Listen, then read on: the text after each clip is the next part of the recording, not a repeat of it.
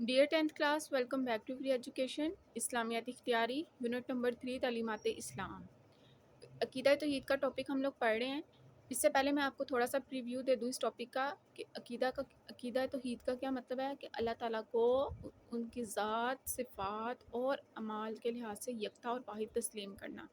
اور جو انسان عقیدہ توحید پہ یقین نہیں رکھتا اور جس نے اللہ تعالیٰ کی تعلیمات کو ماننے سے انکار کر دیا تو وہ مشرک ہے جس نے اللہ کی ذات کے ساتھ کسی کو شریک کیا، اور جس نے اللہ تعالیٰ کی تعلیمات کو رد کیا وہ منکر ہے۔ اب ہم نے کل کے جو 2 کلاسز تھیں، پریویس کلاسز تھیں، اس میں ہم نے یہ پڑھا ہے کہ اللہ تعالیٰ جو ہیں وہ اپنی ذات میں، اپنی صفات میں، اپنے اعمال میں واحد اور یکتا ہیں۔ ان کا کوئی ثانی نہیں ہے، ان کا کوئی برابری کرنے والا نہیں ہے، وہ اپنی ذات میں اکیلے ہیں۔ ہر چیز کا اختیار اللہ تعالیٰ کے ہاتھ میں ہے، ہر چیز کا اختیار اور علم اللہ تعالیٰ کے پاس ہے، اور اللہ تعالیٰ سے بہتر کوئی نہیں جان سکتا کہ کیا چیز بہتر ہے اور کیا نہیں۔ وہ جو پوری کائنات کو چلا رہا ہے اس سے بہتر کوئی اس کائنات کا نظام نہیں چلا سکتا۔ اور جو لوگ اللہ تعالیٰ کی ذات میں کسی کو شریک ٹھہراتے ہیں، اللہ تعالیٰ کے سوا کسی اور کی پوجا کرتے ہیں، جیسے ہندو، مجوسی، نصرانی، ان کو اللہ تعالیٰ کی طرف سے اللہ تعالیٰ ان کے بارے میں فرماتے ہیں کہ یہ وہ ہیں جو گمراہ ہوئے، جبکہ سورۃ اخلاص جو ہے وہ اس بات کی گواہی دیتی ہے کہ اللہ تعالیٰ بے نیاز ہے۔ بے نیاز کہتے ہیں جو کسی کا محتاج نہ ہو، جسے اپنے معاملات میں کسی کی ضرورت نہ ہو۔ اللہ تعالیٰ کی نہ کوئی اولاد ہے، نہ وہ کسی کی اولاد ہے، نہ وہ کسی کا باپ ہے، نہ وہ کسی کا بیٹا ہے۔ اللہ تعالیٰ کے ساتھ کسی کو شریک ٹھہرانے والے جو ہیں ان کے خلاف سخت تردید کی گئی ہے، اور ان کے جو جھوٹے خدا ہیں، انہوں نے جو بت بنائے ہوئے ہیں جن کی وہ پوجا کرتے ہیں، ان سب کا خاتمہ کر دیا گیا۔ اور عقیدہ توحید اس بات کا ثبوت ہے کہ صرف وہی انسان، اسی انسان کا عقیدہ درست ہے جو اللہ کو ایک، واحد اور یکتا مانتا ہے، اور شرک کا خاتمہ کر دیا گیا ہے۔ لیکن جو شخص اللہ تعالیٰ کی ذات میں کسی کو شریک ٹھہرائے گا وہ سب سے بڑا مشرک ہے، جو ہے وہ کہلایا گیا ہے۔ اب اس کا لاسٹ پیراگراف ہم دیکھتے ہیں کہ آج کے اس پیراگراف میں سورۃ اخلاص کو 3 پارٹس میں ڈیوائیڈ کیا گیا تھا۔ اس کی پہلی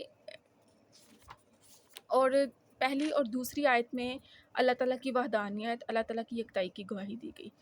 تیسری آیت میں اس بات کا اعلان ہوا کہ اللہ تعالیٰ نہ کسی کا باپ ہے اور نہ کسی کا بیٹا، جس طرح ہم نے دیکھے سورۃ اخلاص میں ہے لم یالد ولم یولد، نہ وہ کسی کا باپ ہے اور نہ وہ کسی کا بیٹا۔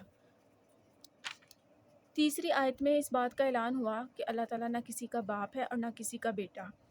اس اعلان میں یہود و نصاری کے جو اس قسم کے رشتے اللہ تعالیٰ کے لیے قائم کیے ہوئے ہیں سخت تردید ہوگی، یعنی تردید کا مطلب ہوتا ہے انہیں غلط ثابت کیا جائے گا، اور ان کے عقیدے کا بطلان ثابت ہو گیا۔ بطلان کا مطلب ہے غلط، یعنی ان کا عقیدہ غلط ثابت ہو گیا۔ اب یہ جو یہودی ہیں، نصاری ہیں، ہندو ہیں، یہ نعوذ باللہ اللہ تعالیٰ کی ذات میں اللہ تعالیٰ کے ساتھ دوسرے رشتوں کو لگاتے ہیں، ان کی اس بات کو اور ان کے اس عقیدے کو غلط قرار دیا گیا ہے۔ وہ نعوذ باللہ اللہ تعالیٰ کو کسی کا باپ یا کسی کا بیٹا سمجھتے ہیں، اللہ تعالیٰ کے ساتھ مختلف رشتوں کو جوڑتے ہیں، جبکہ وہ انتہائی غلط ہیں اور ان کے اس عقیدے کو غلط قرار دیا گیا ہے۔ آخری آیت کیا ہے اس کو دیکھتے ہیں۔ نہ وہ اور نہ کوئی اس کے برابر ہے۔ آخری آیت میں اس بات کا اعلان ہے کہ اللہ تعالیٰ ہر لحاظ سے بے مثال اور بے نظیر ہے۔ دنیا میں کوئی بھی کسی لحاظ سے اس کی ہمسری کا دعویٰ نہیں کر سکتا، یعنی اللہ تعالیٰ کی کوئی برابری نہیں کر سکتا۔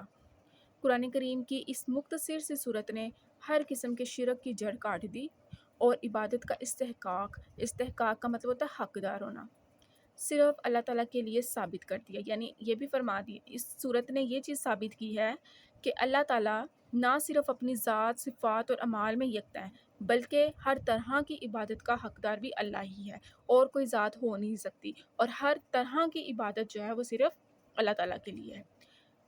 عقل کے اندھے بھی اب اللہ تعالیٰ کے سوا غیروں کو ان صفات عقل کے اندھے اب بھی اللہ تعالیٰ کے سوا غیروں کو ان صفات اور افعال میں شریک ٹھہراتے ہیں، یعنی جو شرک کرتے ہیں، جنہوں نے جھوٹے اور نقلی بت بنائے ہوئے ہیں، وہ سمجھتے ہیں کہ پتہ نہیں یہ ساری صفات اور خوبیاں ان کے اندر ہیں، جبکہ وہ عقل کے اندھے ہیں، یعنی ان کو پتہ ہی نہیں ہے کہ وہ گمراہ ہیں۔ وہ اصل خدا کو بھولے بیٹھے ہیں اور اپنے بنائے ہوئے جھوٹے خدا جو ہیں ان کے اوپر یقین کرتے ہیں، مگر عقل سلیم اللہ تعالیٰ کے سوا کسی اور کو معبود حق ماننے کے لیے تیار نہیں۔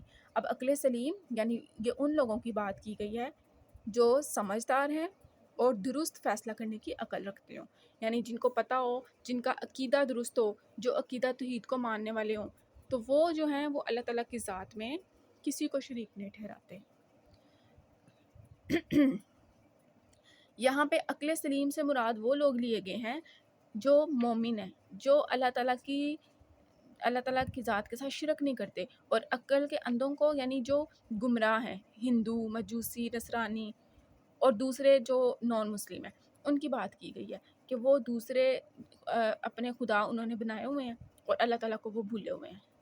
سو یہاں پہ ہمارا جو ٹاپک ہے آج مکمل ہوتا ہے۔